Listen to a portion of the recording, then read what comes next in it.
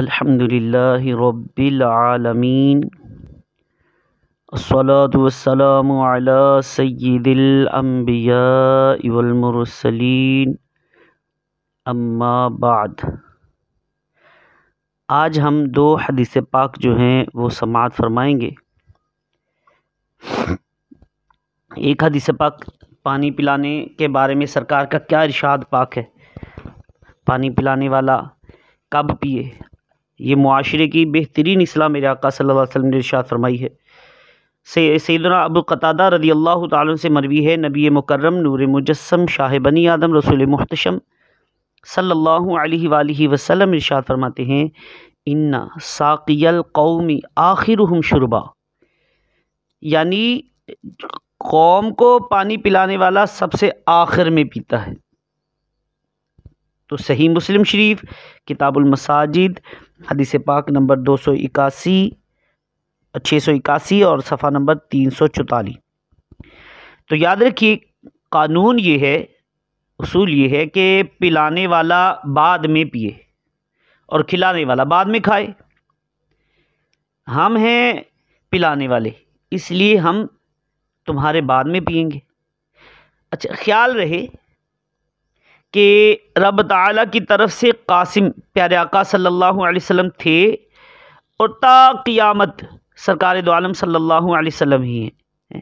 رب ہے معطی، یہ ہیں قاسم، رزق اس کا ہے، کھلاتے یہ ہیں، ٹھنڈا ٹھنڈا میٹھا میٹھا پیتے ہم ہیں، پلاتے یہ ہیں، کہہ دو رضا سے خوش ہو خوش رہ، مژدہ رضا کا سناتے یہ ہیں۔ دوسری حدیث پاک ام المومنین سیدتنا عائشہ صدیقہ طیبہ طاہرہ رضی اللہ تعالی عنہ سے روایت ہے کہ سرکار والا تبار ہم بے کسوں کے مددگار شفیع روز شمار صلی اللہ تعالی علیہ وآلہ وسلم ارشاد فرماتے ہیں، شعبان شہری و رمضان شہر اللہ، یعنی شعبان میرا مہینہ ہے اور رمضان اللہ عز و جل کا مہینہ ہے۔ جامع صغیر للسیوطی حدیث پاک نمبر 4899 صفحہ نمبر 301۔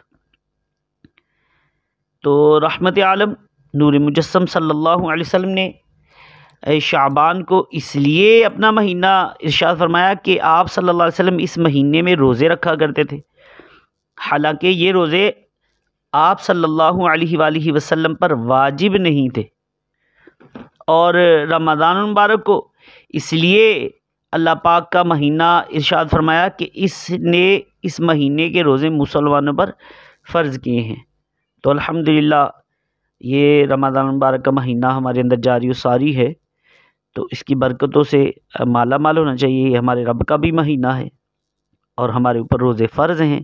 تو اللہ پاک سے دعا کرتا ہوں کہ ہمیں رمضان المبارک کا ادب و احترام کرتے ہوئے اس میں صحیح طریقے سے جو سرکار کے فرمان ہے، من لم یدع قول الزور والعمل به فلیس للہ حاجۃ فی ان یدع طعامہ و شرابہ، جس کا مفہوم یہی ہے کہ سرکار دو عالم صلی اللہ علیہ وسلم نے فرمایا، جو بندہ بری باتیں اور برے کام نہیں چھوڑتا، اللہ تعالیٰ کو اس کی یہ کوئی حاجت نہیں ہے کہ وہ بھوکا پیاسا رہے۔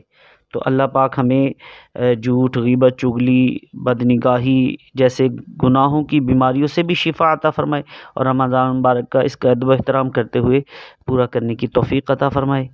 آمین بجاہ النبی الامین صلی اللہ علیہ وسلم۔